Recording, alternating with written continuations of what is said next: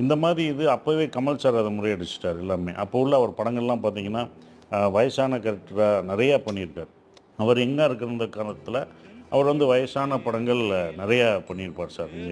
அதுதான் நான் இதுலயும் ஸ்டேஜ்லயும் சொன்னேன். கடல் மீன்கள் பண்ணாரு.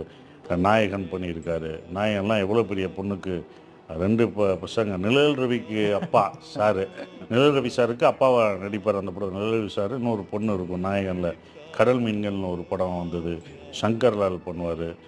எனக்குள் ஒருவன் நினைக்கிறேன். எனக்குள் ஒருவன். இல்ல சிப்பிக்குள் முத்து. சிப்பிக்குள் முத்து. சிப்பிக்குள் முத்து. நிறையா குழந்தைங்களுக்கு இது பண்ணாரு. சலங்கை ஒளி. இப்படி அந்த டைம் அவர் தான் நிறையா பண்ணியிருக்கார் சார். அது நிறையா பண்ணார் சார். அந்த இதை பார்த்து ரஜினி சாரும் பண்ணாரு. அண்ணாமலை அவரும் அப்படி இது பண்ண ஆரம்பிச்சார் சார். அவர் எங்கேயோ இல்ல கேட்ட அதுக்கு முன்னாடி நல்லவனுக்கு நல்லவன் நல்லவன் நல்லவன் எங்கேயோ கேட்ட குரல் இதெல்லாம் அவங்க அப்பயே அதை பண்ண ஆரம்பிச்சிட்டாங்க. அது பாதிக்காதுன்னு அவங்களுக்கு தெரியும் சார். எந்த இடத்துலையும் பாதிக்காது.